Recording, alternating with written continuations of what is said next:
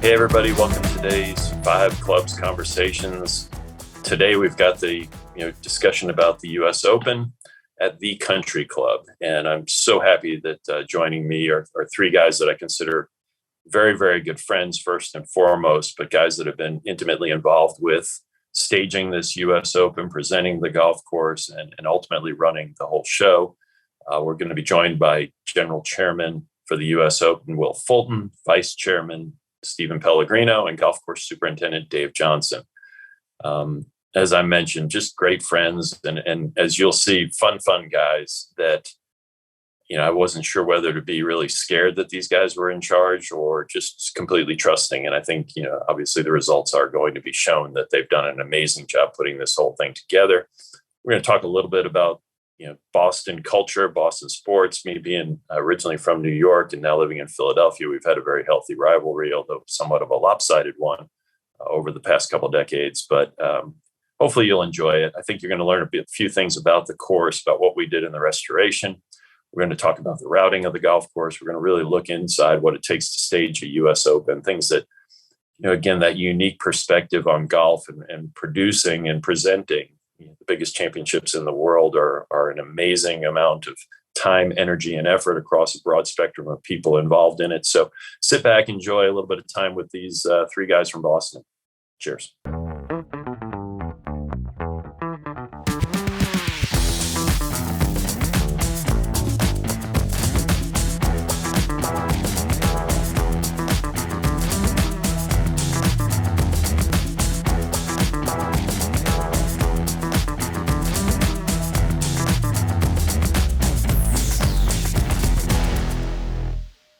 All right. Welcome to this Five Clubs conversation.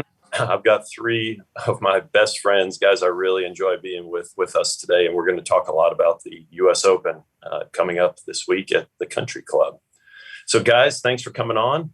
And, we see major championships on television. We architecturally prepare for them in magazines and all these things, but I don't think people really truly understand what goes into this and how many years the preparation is. And to have the general chair, the vice chair, and the golf course superintendent on, I think we might be breaking new ground here. I don't think I've ever seen that before. So, can you guys each talk about, what you found to be the most interesting, sort of unexpected aspects of preparing for a US Open?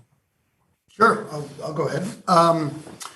So we've been working on this for about 8 years to try to get this championship in place, and we're really lucky. I think there's a whole bunch of complex stuff that goes into one of these, and I'm really blessed because Stephen and Dave are so skilled inside the ropes, and they really know what they're doing there. That's not my forte as much. We've got a great team of people who are working on all the things from traffic to security to member relationships, all the various parts of running a championship. This club, we've decided to do things around sustainability and DE&I, which is, I think, relatively groundbreaking that we can talk about. But there's just a lot of town relationships and working with the Commonwealth, with our state, with Massachusetts, working with Boston. It's just a really, really big, broad, complex web that we work in. And everyone's been great. We've had, I think, great success thus far, and God willing, with the weather taking care of it, it's going to be a great championship. So it's just a lot going on. Yeah, I would say, Gil, the most unexpected thing for me, which I knew it was coming, is just the sheer magnitude of from the start to finish. I mean, I'm in charge of the golf course, but the property as a whole, it's challenging to get around, as you know. We have one road that's we learned is a one-way road. We're running two-way traffic on it. It's like I-95 out there right now because we have so many vendors and contractors and different people that really, it's a difficult property to navigate when you understand the property. Never mind when you come here from across the globe and show up. It's just not an easy one to map out and get people around. So the number of people, the sheer magnitude of it all has been eye-opening every day. There's a lot of challenges. Dave, just a question. Would you say one of the surprises, unexpected surprises, how good Stephen and I are at our jobs? Would you say that? No, because you guys are good at everything. Oh, so stop it doesn't surprise me at all. Well, Dave, thanks for answering the question. Will just gave us the public service announcement. So. Yeah, that's right. I'm heavily trained Exactly. and sedated. For me, I guess I would say the most surprising thing is the collaborative nature of the planning process. I think there's this misconception out there in the world that when the USGA comes in and hosts one of their championships at your club, that they are coming in and they are imposing their thumbprint upon things, and that it's a sort of draconian way of approaching things. And nothing could be farther from the truth. For the last 8 years, we inherited a really good relationship with the USGA, one that's been going on for, well over a century, obviously, with the club being one of the 5 founding members of the USGA. But that relationship, which was strong, is even stronger now. And when they've been on campus every day from 8 years ago through last night, through right now, there's nothing that says we are going to do it this way. I'm sorry, but that's just how we're doing it. It's never that way. It's the opposite, actually. It's we're thinking about this. What do you think? And then we respond. And if we agree, we agree. If we don't, they listen. And it goes the other way as well. When we see things in the planning process, when we've seen things in the planning process that, we live here. They're coming here, but we live here. They understand and respect that. They're really good at saying, we know championships, but you guys know your golf course.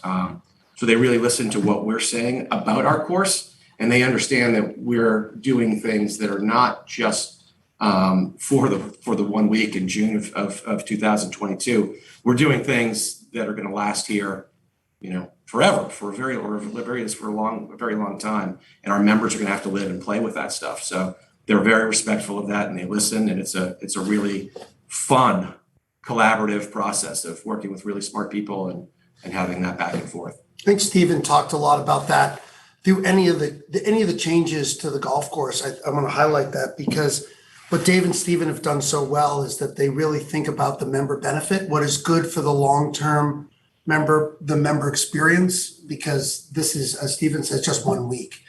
And so I think that's a really cool thing about what these two have really tried to do, which is, there are tee boxes that our members on a regular basis aren't going to hit from, but there are not many of them.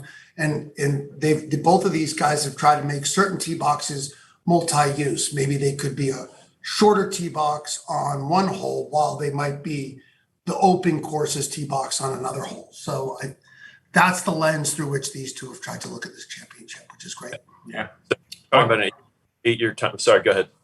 One of the questions people ask me the most is, what does the club get out of this? How much money is the club going to make? And from my perspective, this is my 5th year working here, the amount of infrastructure upgrades that we've been able to capitalize on for our membership and daily operations is just a huge laundry list that probably it would have taken 20 years to address a lot of the problems that we were able to address in a much more efficient fashion. And thanks to your help, Gil, some things out on the golf course that really improve the playability and the enjoyment of our members. So that's the answer when I asked that question. Yeah, that's right. Yeah, I was going to ask if you guys are working with anybody good on the golf course. We're looking. No, we're trying. We can't find anyone who's any good out there. Kind of a revolving door. Yeah. So you referenced 8 years ago, obviously it was right after the 13 amateur. And if memory serves me, Will, you hosted somebody for the 13 amateur. I did. Are you hosting anybody this year? And should we put money on them? Well, we are, and he's off to a great start up in Canada. I think he was leading early this morning. So we, my family and I, as you know, Gil, live about a mile and a half, 2 miles from the club. And we ended up hosting Matt Fitzpatrick and his family. Matt's right now roughly the 15th best player in the world. And we will be doing that again for this championship. So we're really lucky that Alex, who just turned pro, Matt's younger brother, who you'll remember was on the bag in 2013 for Matt, and his mom and dad, Sue and Russ, are all coming to the house and will be here throughout the championship. Also of interest is that everybody's getting assigned to the exact same bedrooms for luck's sake. So we're not gonna challenge Lady Luck on this. Everyone's gonna be in the same place, so that'll be good. Well, he had a great showing at Southern Hills, so if you're if you're inclined to place a dollar or two, he might not be a bad choice. No, I agree. I thought he would have come in for a while. I thought he was going to come in earlier. Like, I just thought he'd come in and prep and see the course, but he's played the course. He knows it. Yeah, we played the course with him. He came back. He warmed up here for the Oakmont Open. I can't remember the year, but he came and used this facility as his practice area. So he's spent a lot of time here. Yeah, he's just a great guy, and I love him, and we have a great relationship. So it's really fun. I can't wait to get him back. Be great. That's very cool. All right, so you have a successful 2013 USAM. Just the clock starts or the conversations start. I mean, just as a general overview, how do those 8 years go? I mean, where do the negotiations go, and then when do you start really ramping this whole thing up? Well, I'll let Will get into that, but for me, the thing that I really remember was standing, talking about Matt Fitzpatrick winning here in 13. I remember standing on the 15th green, and Matt is over there with the trophy, with the USAM trophy, getting his picture taken. And we were next to each other, actually talking to Ben Kimball from the USGA, and he looked at us and said, "Guys, this is 100% a US Open golf course." Right.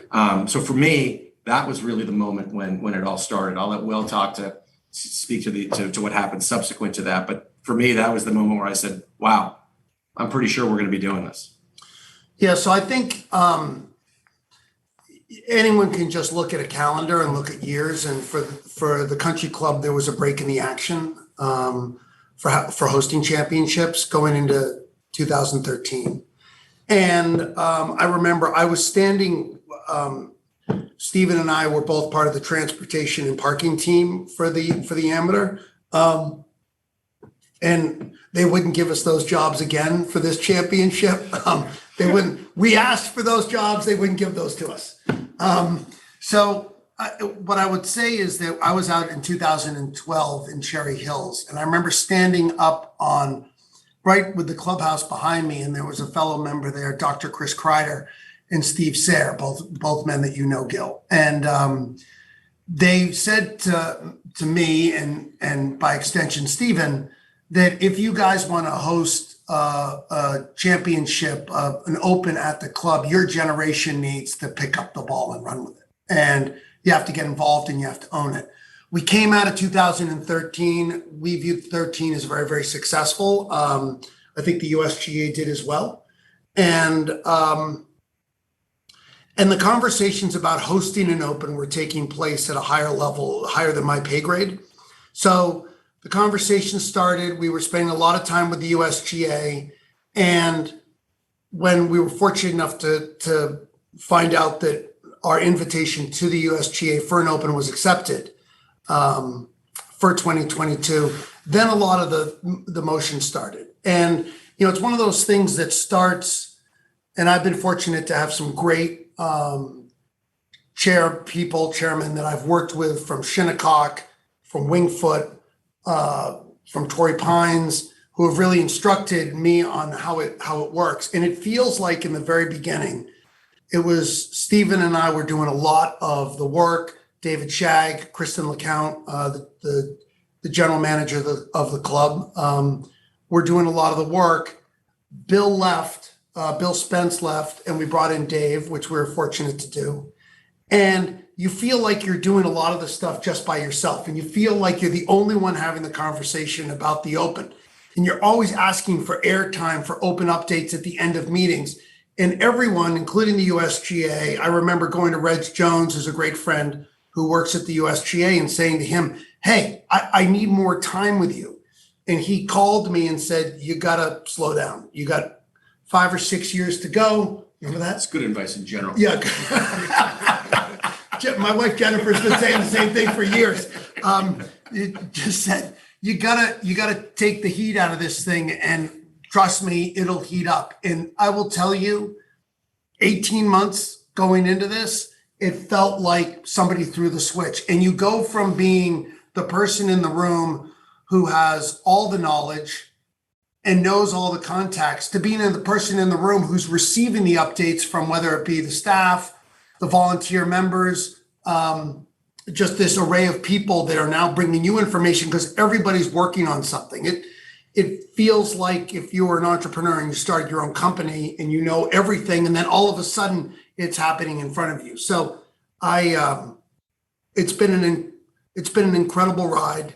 It'll be something from a personal perspective I will never forget. It will be one of the things in my life that will be, I know, one of the highlights, just because it's super special and being able to do this. Adding on to that a little bit, and maybe this is a little circling back to your first question about what's been most surprising.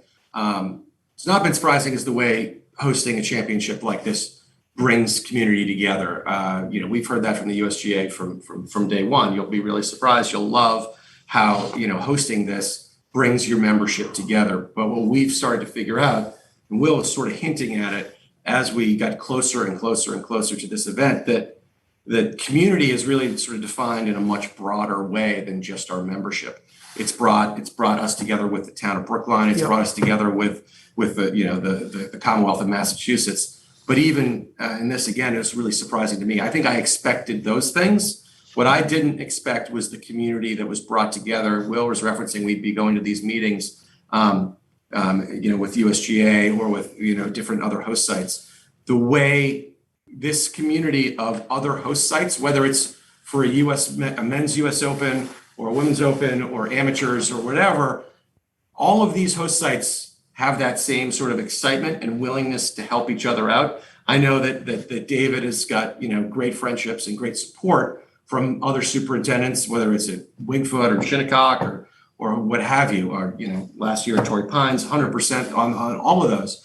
We have found, or on our end of things, different general chairman, vice chairman, presidents at different clubs, whether it's, Oakland Hills, Marion, you name it. I mean, there are a lot of guys out there who've been really supportive to us in our effort. And some of them are behind us in line, and they have ones coming next year at LA Country Club, and we have, meetings scheduled with them, next week to talk about them, to help them sort of with their expectations. But we're piggybacking on top of chairmen and staffers at prior host sites, and that was surprising to me and really amazing. I mean, it's a great resource to have to be able to reach out to people who have been through the battle and know what the pratfalls are. Yeah, I agree. Cool. All right. Well, we're here, right? We're on the eve of the U.S. Open, so let's talk golf course. Which hole are you guys most curious, most interested to see how these guys play? I mean, start with you, Dave. What do you think?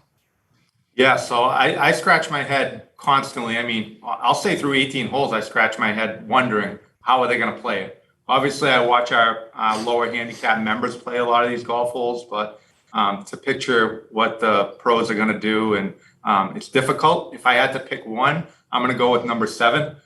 Short par 4 uphill, kind of narrows up near the green. Everything starts to fall to the left. Our golf course architect, I can't name any names, but he built a bunker to the left of that green that, I mean, you can't even see the top of the pin when it's on the right side of the green. So I'm interested. Are they going to hit a driver there? Or are they going to play it safe and stay down lower on the fairway and have an uphill blind shot from 130, 140 yards? So that's the one I'm really interested and excited to watch.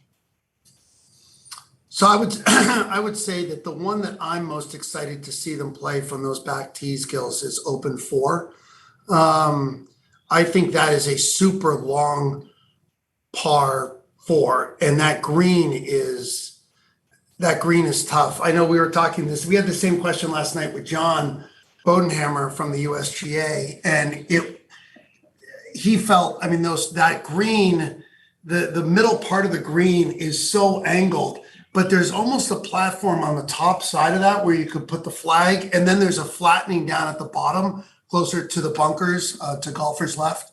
So I think that's going to be really fun to watch that. I brought in a really great friend of mine who's not a member here. His name is Steve Winfeld, and he's a good golfer, and I brought him there to watch him play that hole, and he was spectacular playing it. But he turned to me and said, "Will, this is going to be a really hard hole for any pro to play." And maybe thinking about the Open 4 to Open 5, if you think about the Open 4 could be a bogey hole. I talked to Jason Gore about this, and open 5 is an opportunity for a birdie. So it's a back-to-back thing. And so it'll be interesting to see what happens. But I think that open 4, those are, that's a tough early setup of holes. That's hard. You know what I'm saying? Yeah. Yeah, that was Steve Winfeld from the Kennebunkport Winfelds. Yes, that's the same one. I didn't know you knew him. Hi. They're good people. Yeah, they're good people. I didn't know you knew them. Okay. Okay. I think for me, it's really seeing some of the shots on 11, the newly expanded and restored 11th green. There was a little drop shot, par 3. It's making its first appearance in a U.S. Open since 1913 was the last time that hole was played, back when Francis Ouimet went around. I know. Gil likes to talk about he and his guys, they're cavemen and caveman construction, and there's great story of when you were out there actually helping shape in that green, and David was out there trying to help, and he's like, okay, we're gonna, what do you want me to do? You want me to help? Dave, just go over the side of the green and get away from me, please. You have no idea what the hell you're doing. And Gil is out there literally with the upside down rake and just raking in little contours, micro contours by hand. And, I think there are so many really cool, again, not to use the word, micro hole locations around the perimeter of that green. And I'm lucky enough to know what the hole locations are that they're thinking about for the week. And there's some really, really cool spots that I look forward to seeing them try to execute. But if you're going to think about this is a question for both of you, because and Gil, it'd be a great question for you. Which hole do you think on average is the most over par on this golf course? I'm on record with 2. The second hole? Yeah, I think par 3s in general, long par 3s, and that with the sort of the shape of that green sort of going at a 45-degree-ish angle uphill. It's not blind, but it's not super visible to them. With heavy rough in back, bunkers in front. They got to really choose their line, and they've got to choose their trajectory and their distance correctly. And it's 220 yards from the back. I think they're listing it as 215 or 210 or something like that. I know how firm that green has been, and all of them have been. I'm interested in seeing that, but I think that, for me, I think that'll be the toughest. I think that'll be the highest over par. That's what do you think? I'm going to go to 4. I mean, you talked about the green itself, and it is a very difficult green. I'd say that green's about 4,200 square feet, but pinnable green, maybe 1,500. Oh, really? Oh, yeah. It's a tricky one, but the tee shot on that golf hole is just amazing. I mean, you even with a compass in your hand, your mind messes with you because the fairway doesn't line up with a really blind tee shot. You're looking at a forward tee out there that's propped way out of the ground. I think it's just going to get into their heads right from the tee. Gil, what do you have for one that you're looking forward to the most, and which one you think will play over par the most? Yeah, the one is 17.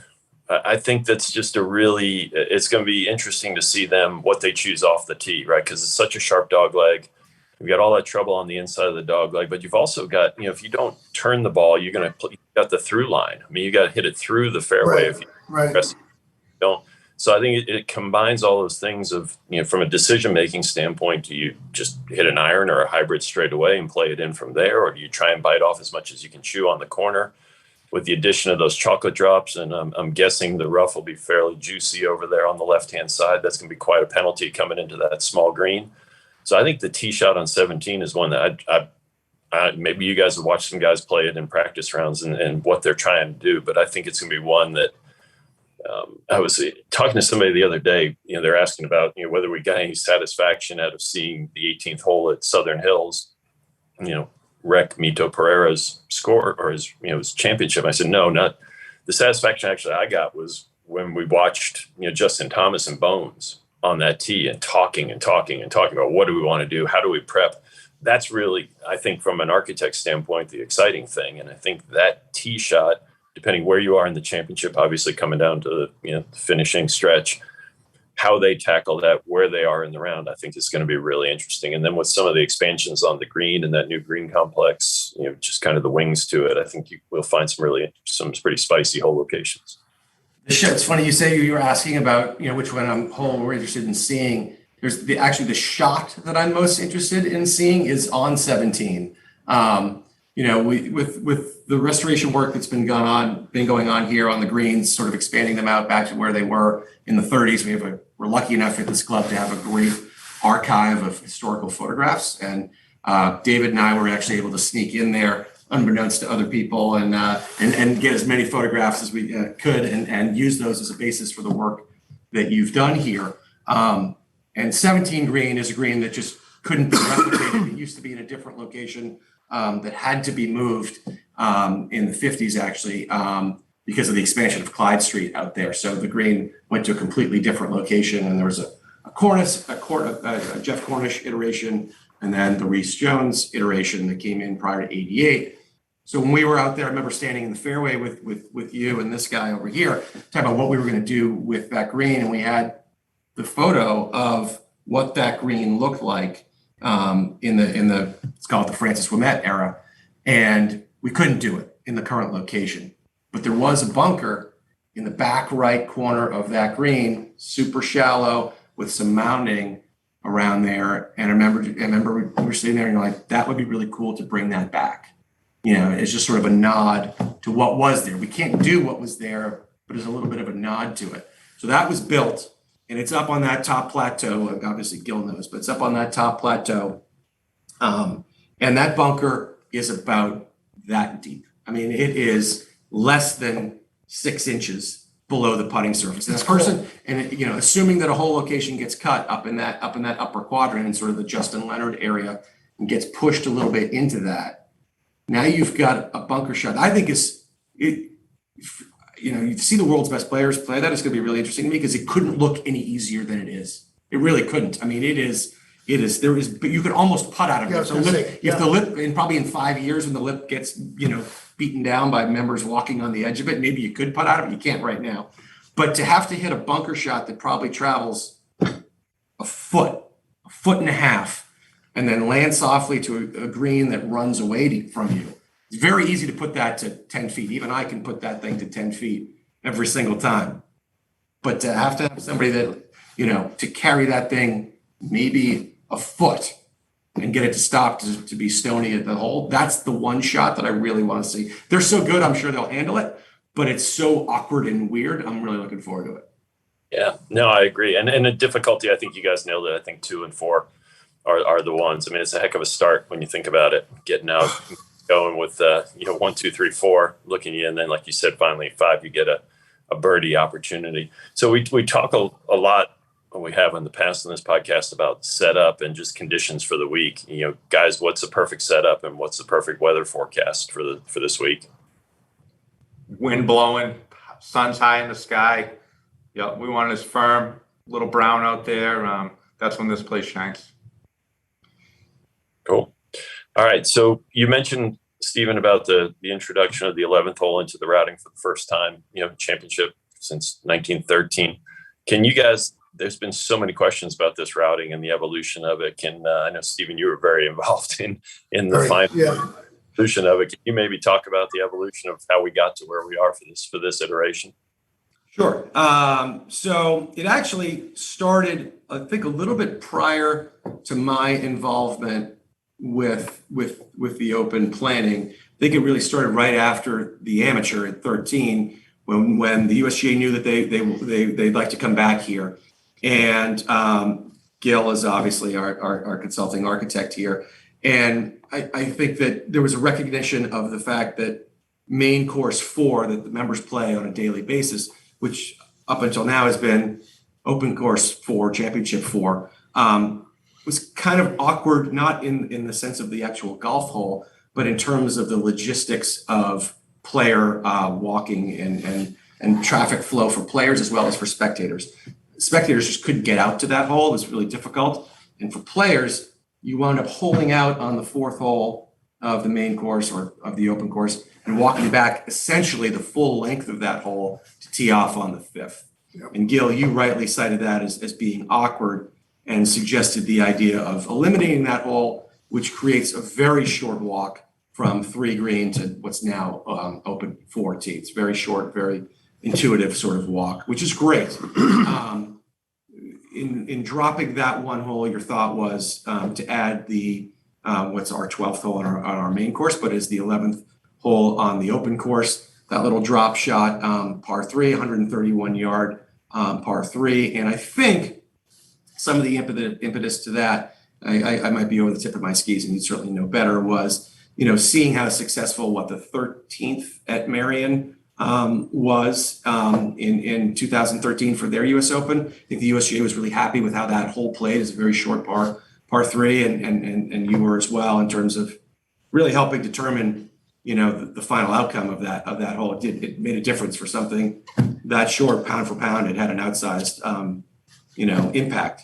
So then we knew that we were putting in that hole, we were taking out the other hole, and we had our 18 holes. And there's just a question of, how do we play them? And we knew from right off the bat that there was an imbalance there. There was an imbalance in par, and there was an imbalance in yardage on the 2 9s. I could be wrong on this, but for par 70, I want to say we were 38, 32, or is it 30, whatever it was. The yardage was way off and the pars were way off. And we as members and as staffers, had been thinking about, how could we make this better? How could we flow the routing a little bit more intuitively? And we have these town halls with our membership to keep them up to date on what's going on in the U.S. Open. We've had them for years now. And the very first one we had, at the end of this town hall, there was a routing map up, which played the course kind of like we play the main course, with this imbalanced set of 9s. And Will and his wife and some other people who were involved, other vice chairs, were in another room sitting down for dinner. And I was supposed to be going in there, and I was enjoying a Johnny Walker Black, as I want to do. That's a product plug right there. Exactly. That's a product plug. Exactly. Okay. And a member came up to me, and his name is Henry Richardson, and he said, "Hey, Stephen, have you thought about this imbalance?" "Yes, I have." "Any solution?" "No, we don't." He said, "Well, I've been thinking about it. I think if you walk off main course 8 green and go right to 14, main 14 tee, which is uphill par 5, tee box is right next to that green. You go up there, and then you come down Primrose 9, and that tee is right next to those 2 greens and tees are next to each other as well. That gets you a par 5 on both sides. It evens the par out, and it evens the yardage out." And I was supposed to go into this dinner, and I was starting to enjoy my drink. And I said, "Wow, this is a really great idea. Nobody has said this." And so I wound up being 25 minutes late for the dinner. I walked in and, "What are you doing?" I was like, "I just heard a great idea out there from a member about how it should flow." And then he had actually proposed The Johnny Walker should flow, or that's always flowing. That's always flowing. Or the routing. That's what you're talking about. The routing. He had it going in a different direction that kind of had several holes going up and back in different directions, which I'm kind of against. It just sort of like, it feels, whenever that happens again and again, it feels kind of repetitive. And then his routing from there also necessitated a long walk from open course 11 to what's now open course 11 to what's going to be open course 14, and it crossed play. And so I tweaked that then again, so that it flowed better for players. And we just started walking it. I just started going out and literally walking that route, and it flowed so well with your suggestion to eliminate, 4 and add the other one in, Henry's suggestion to go up and back, and then my addition of doing the other thing. And people talk a lot about, "Oh, it's a composite course here that you're doing. It's so awkward. I don't really understand it." Why, But when they've come out, whether it's members or guests, when they've been out, or our staff, Brendan Walsh will say this, our head pro, is like, "God, this just flows so much better than any of the other iterations of composite courses we've ever had." The walks from green to tee are so short. I mean, it's pretty unique. I've been to plenty of championship courses where, you hole out, and then to get to the back tee, you're sort of walking in this direction, and then you got to walk right past the green where you just played from. And that just is not happening here. It's a really, again, it's the collaborative nature of this whole thing, and bringing the USGA, they played their part in it too. And they were like, yeah, this is really great. So it's a great sort of amalgam of, our membership, our architect, our team, and the USGA figuring it out. And I'm obviously involved with it. So I like to be impartial about things. I can't say I'm impartial about this. I think it's by far the best iteration of any composite course we've ever had in terms of just enjoyability of a walk. It's a great walk, and it's really fun. I think one of the other things I'll add to that is that two things. The first is that we're blessed because we have 27 holes. So a lot of courses can't have the flexibility to play with these different routings. So we're blessed there. The other thing that Jeff Hall from the USGA taught me was when we were talking about this, and the listeners might be interested in this, is that it's not, the players aren't distracted because they can hear a ball be hit.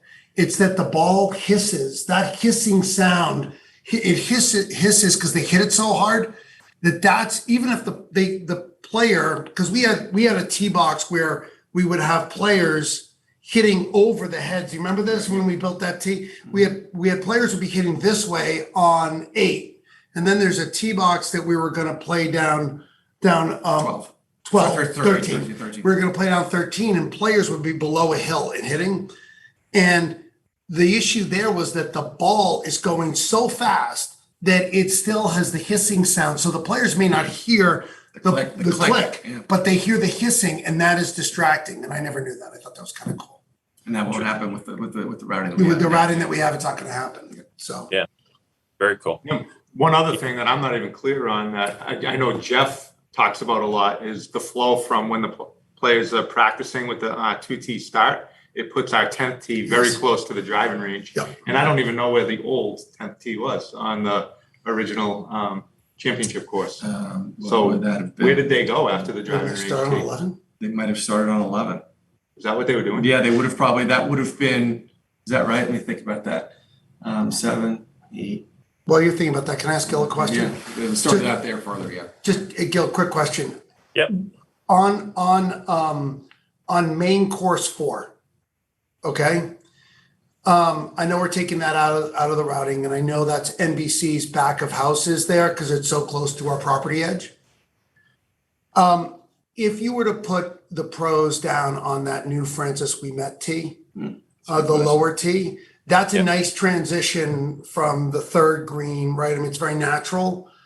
Would that make the pros crazy? I mean, that is a really steep hill right in front of them. Is that too quirky to put pros nowadays to hit from down low there? You definitely hear about it. I mean, for sure. a lot of chatter, a lot of conversation. And I think a lot of the discussions I've had with people leading into this is I think you're going to need to have a player who's mentally prepared to face awkward shots out there. I mean, and that certainly would be a very awkward one. And I think Jack Nicklaus used to talk about when he'd walk in the locker room and hear people complaining, he'd know that those guys are out. He didn't have to worry about beating them. And I think there are going to be shots at the country club where you're going to find yourself with really awkward, no line of sight. You're going to have to really trust, the line you've selected or your caddy selected. And I think that's a different mindset for these guys. They're so used to seeing everything. Maybe when they play in the Open Championship, they get blind shots, but they don't normally see that week in and week out. And I think you're going to find that a player who's going to be really mentally strong and able to do that. But I'm not sure there maybe but a handful of guys on tour would be mentally strong enough to be looking at the Ouimet tee on that. I did think that Will's suggestion originally about the routing and how awkward that was of having the players tee off on 4 and then go over and hit their tee shot on 5 to save the walk back, and then just play. Exactly. That's right. You could get a player in a driver groove, right? They had 2 drives right back to back, keep everybody going. That would be quirky. That would be very quirky. I couldn't get the USGA to agree to that. I couldn't get you to agree to it, Gil. No, that was All right. So, from a restoration standpoint, what do you guys think that we've all worked on over the last decade that will be the most impactful, most interesting for these guys to And what's been most impactful from the membership? Has it been bunkers? Has it been tree removal? Has it been green expansions? What do you guys think is the most exciting thing to watch at the Open? Well, I mean, why don't you go first? I'll definitely go with the green expansions. It's unbelievable what it's offered to our membership. People that have played here since, 50, 60 years, since they were very young, are now playing the pin positions that they never got to. And it just adds a lot of, I think, enjoyment and just the variableness of it. It just makes it more pleasurable for our membership. So definitely for our members, the green expansions have been knock it out of the park. They love it. I think the answer for me would be, I mean, this place is beautiful right now. I know that that's not really a playability thing, but from an aesthetic, it's what Dave has done and what Stephen has done and Greg Petrini have done and Gil, you have done. It is just a magnificent property right now. And I was out here, I'm blessed to bring my father out here, and we were looking at it, and you can see the fescue is blowing, and you can see kind of the waves of fescue blow on the hillside. It's just really, just to any eye, it looks, in my mind, from a New England golf course, it looks exactly the way it should look. The fescue and the browning and the cut paths, and I'm not as much of a golf expertise as these two, but I think it is just so beautiful to look at. And I hear that a lot from the members, that the firm, the fast, the playability of it, it's really, really fun to watch. And it's awesome to walk and look at. It's great. Yeah, I think it's easy to say the green expansions. I mean, they've been phenomenal. They've been really well received. I think the membership has started to realize how we still have really small greens, right? We still have probably the second smallest greens for a U.S. Open Championship after Pebble Beach. So we've expanded them, but they're still pretty darn small. The process of sort of leading the membership through explaining how, even though we were enlarging, we're actually creating, we're doing things that, it's something that Gil talks about a lot. I know that, he's talked about it at different clubs that he's worked at with David and with me before, is that, by expanding greens out to the edge of their original green pad, it serves two purposes that seem sort of counterintuitive, right?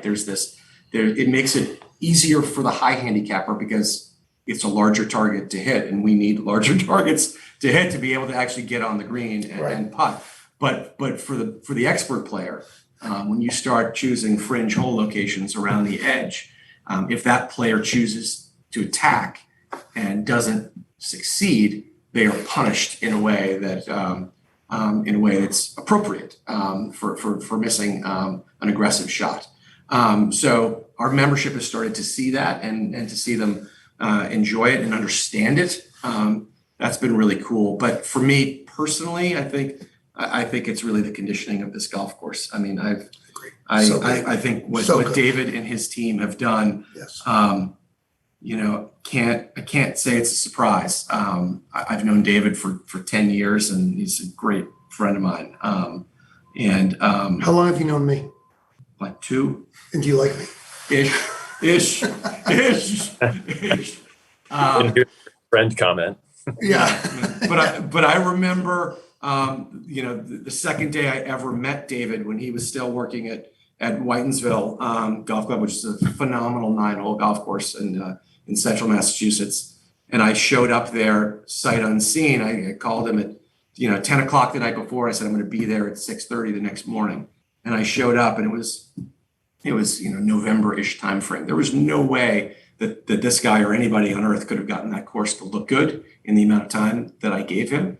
And I showed up the next morning, and I just was like, wow, this place looks unbelievable. And the golf course is clearly amazing, right? I mean, Donald Ross 9-hole, it's amazing. But that's not what I'm talking about. I mean, I'm talking about the playing surfaces, the fairways, the greens were just remarkable. And that's not something you can do on 10 hours notice. That's years of dedication to your craft and to the job at hand. And David has brought that with him every place he's been that I've known him. Whitensville was amazing. David came down to our summer club down on the Cape afterwards, the We Honor Club, and did an amazing job there. And when I walk around here and I see this place, it looks exactly like the way those places look. And it's because of him. I'd like to give him grief about a lot of things, his haircut included, but his talent and his dedication and his leadership. I mean, every one of the guys down that maintenance facility would run through a wall for him. And that's not something that happens, for everybody or just like that. He's a really unique character, and everyone that meets him from the USGA through our membership to you knows that. He's a truly special guy. I can't think of anybody who's more deserving of being a US Open superintendent, because he's been ready for a very long time, and he is. I like to say people, surpass expectations. I can't say he has, because I've known he's had this in him for a really long time. Well, I can't stay silent. I mean, thank you, everyone right here, and my team, my family. Can't do it alone, and I realize that. And I've watched my staff at this club just grow exponentially, and that really is the most rewarding thing to me as the golf course superintendent. But the property speaks for the work they're doing, and the support that we get from you guys, from Brendan, from Kristen LeCount, our general manager, from David Shagg, our committees, Greg Petrini. These people all surround these ideas that we come to them with. And sometimes they look at us like, what are you going to do? You're going to put that much sand on the fairways? Are you crazy, Dave? And now it's just the support that it's really deep and appreciative. And it's a team effort. It's not me. It's a team. So thank you, everyone. Thank you, Stephen, for those kind words. Well, I know this podcast is generally watched by golf course nerds. So, I mean, tell us about your team. How many volunteers do you have out there? What's the effort going to look like for the U.S. Open? Sure. So we have about 3,500 volunteers. Of that, I think right now the count is 850 members. So there is a big time wait list for volunteers for the championship. We were very blessed to have a very active region that loves sports and loves golf, and it's a starved area for opens and championships. So we had a lot of people in the community come out and want to volunteer. So we have there are a lot of people that are going to be on this campus. We have 32,000 people a day for the weekdays, and on the weekends we have 35,000. About 10 to 11,000 of those are, players, coaches, family members of players. We've got volunteers. There is staff that works on the golf course. And then the rest of those people are patrons, either going to hospitality or people who bought tickets. So it's been from, we have not been a site that has been challenged to find volunteers. There's a wait list for volunteers. We also have 100 superintendents coming in, which is a long time US Open tradition from around the country. And we're blessed to have them. Those people will be working incredibly hard. Toro is supporting the championship with, I think, close to $3 million of equipment that they've brought on site. It looks incredible. You go down there to where we keep all the superintendent's area, the big garage and all this incredible red equipment, most of it new, that is down there. It looks awesome. So I think those are the kind of numbers that we're looking at. To date, we've sold the most hospitality of any championship. That was led by one of our vice chairs, Ian Loring, who did a great job reaching out. He's a great guy. So it's the area and the community has been beyond what I would have imagined to hold an open. We don't have to help look for volunteers. The membership has really stepped up and is really active. It's great. Where I know that the people who listen to this type of thing are golf nerds just like me. So maybe if David could expand a little bit on, because I know I'd want to hear this if I were listening, Maybe you could expand a little bit and talk about the maintenance volunteer program, and that's a really interesting aspect of these championships, and it's a really cool story. Yeah, Steve. Question was actually for Dave, but I think Will felt like he hadn't spoken in a while. I hadn't spoken, and no one had said anything nice about me. No one had said anything nice about me. I mean, these two guys, it's this love affair. I'm just sitting, I'm right here, guys. I'm right here, right in front of you. Any of you could say something nice about me at any time. We'll save that to the end. So over on the volunteer side for the grounds operation, it's been a lot of work. That alone, because we do have 100 volunteers coming from actually around the globe. 4 countries are represented, 17 states. We have 6 or 7 females coming to help us out, which is great. But again, a lot of the employees at the club have helped us get all this legwork done, and they're coming for 7 days. That's the big thing. We've required this because really, just like the golfers, when they show up Monday, our volunteers are coming Sunday afternoon at 3 p.m. for a orientation to learn the property, to learn their jobs. But Monday morning's our first practice round. And we're going to get out there at 3 a.m. They'll be arriving by 4 o'clock. We're going to get out on the golf course and start the setup for the day and be done by hopefully, the first wave of people will come off fairways at 6:30 in the morning, done all maintenance by 8 o'clock, except for the setup team on the greens. But it's a big commitment, and I'm very thankful to those people. 7 days, they'll be here Sunday to Sunday.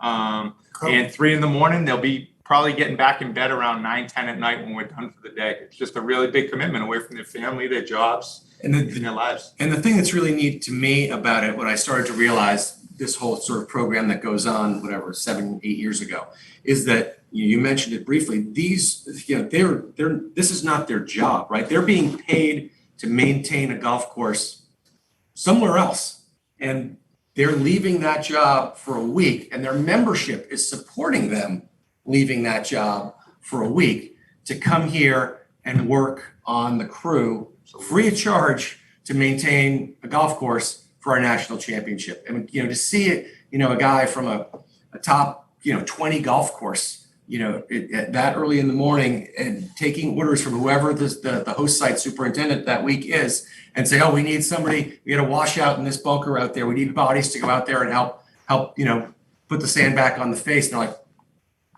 I'll go, I'm going. And these guys are doing it. And it's a community type of effort.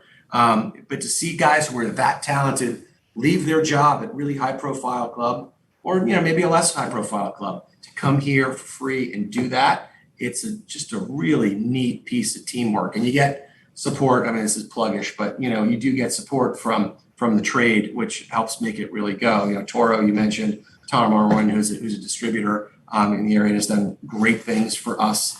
BASF, these guys have all chipped in. That if this was just us as a club trying to put that program together, it'd be pretty much impossible to do. So to get support from higher up in the food chain is huge. And David has done a great job of trying to make next week for those superintendent. I know, Gil, you're a great advocate for superintendents. I know, and you're always saying how they're the ones who make your work look good. David has had this great vision of next week, trying to have the time at the championship when they're not working is be sort of a gathering moment as, for these superintendents to network with each other, have some people come in and speak about different issues, and so they can learn a little bit and they can expand their network. So really sort of golf geeky, quirky type of thing that I love, and he's again the right guy for it. You might have been able to do it, no, but he's the one who actually did it. But he's the one that did it. Yeah, it's I've had the great fortune of being around Steve Rabideau for the U.S. Open at Wingfoot and Russ Myers last month at Southern Hills. I'm looking very forward. I'm actually much more of a hang out in the maintenance facility with the guys as opposed to the hospitality suite thing, and it's amazing the effort that goes into this. And looking at these guys just at 12 o'clock watching golf, or just half of them sleeping because they like you said, they got to get up at 3 o'clock in the morning and get out and do this, and they can't leave. It really is. It's a tremendous effort all to make this place look great. So, all right, we do this last little bit lightning round, which is actually with the three of you, I'm kind of excited to do this. It's totally Boston based, since I know how parochial you guys are. So let's go. Just quick, top of your head, best Boston movie of all time. I would have said The Town. That's been my answer for the last 8-10 years. But this winter, the original Thomas Crown Affair came on TV, and I watched it. And I gotta say, watching like vintage Steve McQueen, like at the height of his coolness, and Faye Dunaway, I was just everything smoking, Pantanella's cigars, and just so cool. Polo scenes shot up at Myopia. So you get a little golf shot out, and I think the golf scenes were shot at Belmont, which at 2:00 in the morning after I finished watching it some December night, I was like, where did this stuff all happen? I was like, oh, there's golf related stuff that's related to it. So I'm going with Thomas Crown, the original Thomas Crown. I am the Town guy. Yeah. Well, either that or Good Will Hunting. Those are the two. I shouldn't be able to take two, but you have to have Damon or Affleck. I mean, you just have to have those two guys in one of the movies. So those are my two. I think Good Will Hunting takes the cake for me. I could be right. No doubt. I tried to get into the scene when they were filming. It's non-existent anymore, but there's a little diner in Harvard Square on the corner there, and where he and Minnie Driver have their first kiss. I was there when they were filming it, and it was all lit up inside, and there's the big window in back, and I just kept walking by. Here we go. Here we go. And then just went, didn't make it. It's on the cutting room floor. Yeah, they didn't think that was funny. They didn't think that. Cutting room. No love for The Departed. Oh, that's yeah. No, that would not. No. That would not be. No. Well, I had you pegged for Ted. It's a good one. All right. I didn't think of that. Much to my chagrin, you guys have had been really spoiled a lot of championships in your area. If you look at a bunch of them, I don't even know how many there are. Which one means the most to you? Let me start too. Okay. Can you not pick two? Like, we got to get down to single answers. You can't pick two, because then for the rest of us, it sounds like we're copying you. And it's called the lightning round. Yeah, it is lightning round. It's not called. How's the pacing on this? It's not like fast. I would say the Falcons, the Pats-Falcons game. I was there with two of my kids, and Okay, 80. That's the answer. Yeah, there's the answer. I'm 1986 Birds Celtics. So the Celtics. 04 Red Sox. Not a baseball fan, but my father watches every game, and I watched many games as a young man, and when they finally won it, that did it for me. That's pretty cool. The worst was the Eagles' victory over the Pats. Not necessarily because the Pats lost, but seeing you that day and how giddy you were with your I'm an Eagles fan, even though I didn't grow up around here, but I really love the Eagles. That whole thing is preposterous. These people who move around the country and they adopt it. Yeah. If I moved to Chicago, I'm a Pats fan. I agree. And I like the Eagles. I kind of like them. Shame on you.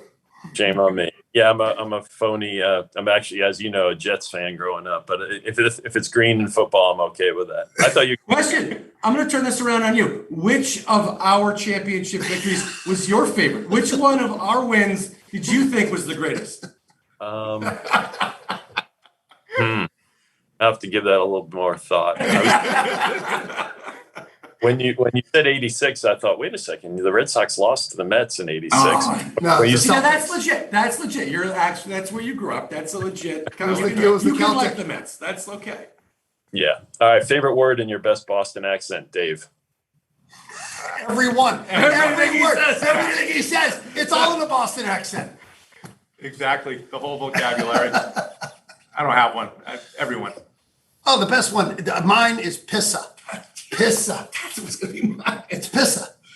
Nice. Yeah, mine's pissa too. That's mine. But I do love the way people from Massachusetts put the F word before any one of the great words that we might have chosen. So it's F and this, F and it doesn't matter what it is. So, my effing friend, my effing daughter, my effing what. I do love the way they put that in. Just as like a matter of course, like they could be meeting the Queen and they'd be like, yeah. I love the way Massachusetts people do that. All right. Besides TCC, favorite course in Massachusetts? I'll go Whitensville. Oh.